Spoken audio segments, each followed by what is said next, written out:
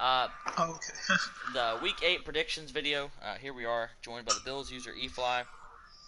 Yo, what's up, guys? Great to have him here. Definitely want to get in as many users as we can for these predictions videos. If you're interested, make sure you message me or one of the other commissioners will make sure to line that up. If you believe someone's breaking rules or violating them in any sort of way, make sure you message a commissioner with proof would be preferable. Uh, Not sure what we'll be able to do for you unless they just straight up admit it otherwise. Um, we did a great job advancing. We advanced on time this week. We've been doing a really good job all season advancing earlier on time, so let's make sure we keep that up. Make sure you're streaming the games that's supposed to be streamed. All divisional games should be streamed. Always remember that, as well as the games of the week. If you're not going to be able to stream because your internet is ass or you are plugged into a McDonald's, make sure you let somebody know, and we'll make sure to you don't have to stream that game. Not going to make you lag through a game. That don't make any sense. Anyway, we're going to do our normal thing, the weekly awards and the predictions videos. In the coming weeks, we should be able to get into like yearly awards and playoff predictions and things like that. It'll be more interesting. But for now, we're going to keep it with the usual. We will go ahead and do that and start off with the AFC side.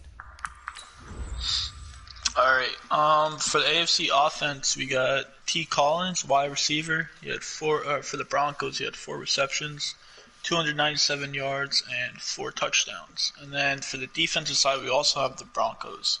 Justin Simmons, free safety, 5 tackles, 4 interceptions, and a touchdown. Yeah, Broncos user he's pretty new to the league too. yeah, he absolutely mauled. I think it was the Colts he played. The crazy part to me is 4 catches for 4 touchdowns, 297 yards. That's averaging 74 yards a catch, and his long was only a 77-yarder. So that means that he literally had like 4 75-yard touchdown catches. Yeah, and 4 receptions too. Four Right. receptions, 4 touchdowns. That's It's insane. And crazy. then 4 picks by one guy. Also ridiculous. Fletcher Cox leads the NFC Defensive Player of the Week. 5 sacks and a forced fumble with 7 tackles. I don't understand this man. If age doesn't matter to him, he's something like 35 now, and for a defensive tackle at this point, still be getting 4 or 5 sacks. It is ridiculous. I don't understand how is he's just a monster like that. Um, Jared Pinkney for the Giants was the Offensive Player of the Week with 4 receptions, 163 receiving yards, and 2 receiving touchdowns. So really good game for him there.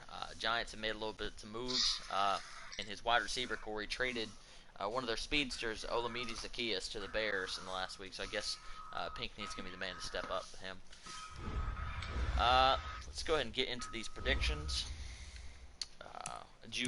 Were you checking Cox's age? Yeah, he's 33 actually. 33. Yeah, still though old. Yeah, I for a defensive age, tackle. yeah, the ageless wonder.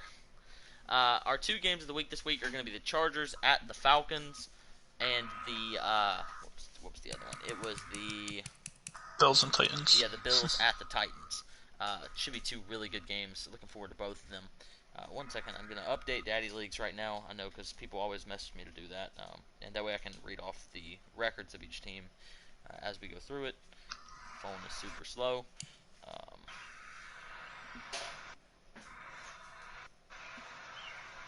okay, so we're going to start off with the Broncos at the Browns. The Broncos are 4-3, riding a 3-game win streak. Browns are 3-4, just won a fair sim over the Patriots last week. So he's looking to get his team back on track. I believe he's 2 games back, maybe a game and a half back, something like that, on the Ravens for the division lead. So he's definitely still got a chance to catch him by the end of the year. But Broncos is playing on fire right now. He's got lots of offense and not the best defense. Browns are playing really good defense and no offense. So really opposite side of the game. Who are you going to pick in this one? Honestly, based off the Broncos last game, and I know Broncos from another league, I'm gonna have to go with Broncos. He's a really good user, and just that performance he had last week, I think he's gonna ride on that. Take it to the Browns.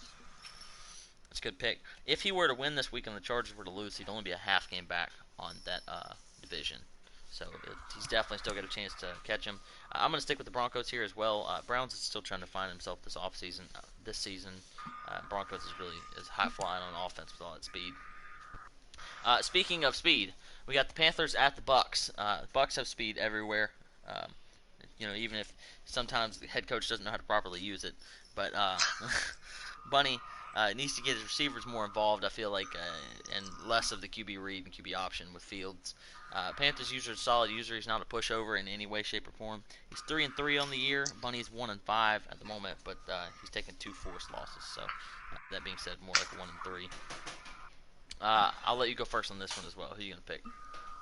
I'm gonna go with Bunny actually. I think that suspension's gonna motivate Bunny to get a win here. He's got an OP team too. I think Carolina's gonna make a lot of turnovers against the CPU defense Bunny has. But yeah, I'm going with Bucks in this one. Bucks over Panthers. I am also agreeing with you. They will do a good job of stopping the run. If they can slow down Christian McCaffrey, it's going to be game over really fast. I'm going to stick with the Broncos here. I'm with the Bucks here.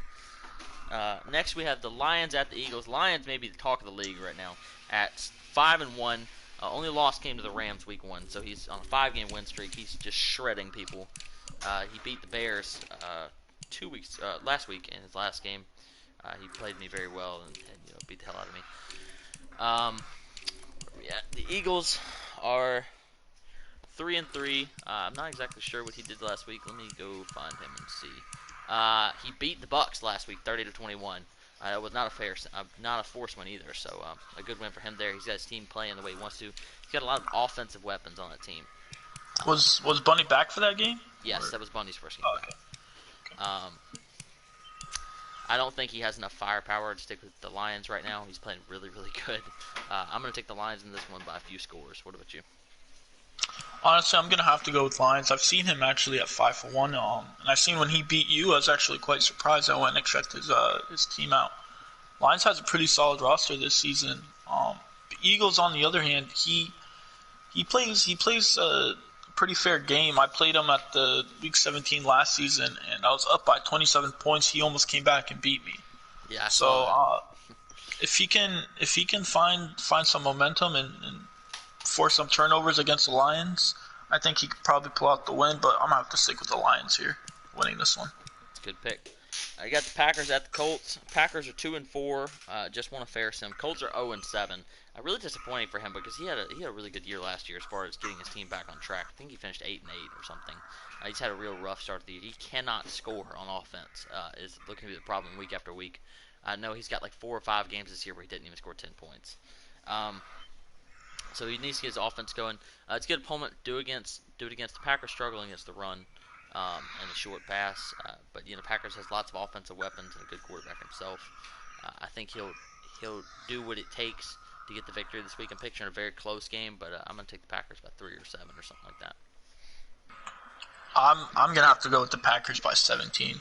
I think it'll be a close game up till like maybe the first half, and then Packers will come out and find momentum and score a couple more touchdowns than the Colts. And the crazy part is, as slow as the Colts offense can be, you could be dead on 17 and the score will only be 20-3. Yeah. So it's going to be interesting for sure. Next, we have the Raiders at the Bengals. The Bengals were the team last week that the Broncos scored all those points on. It was 70-26.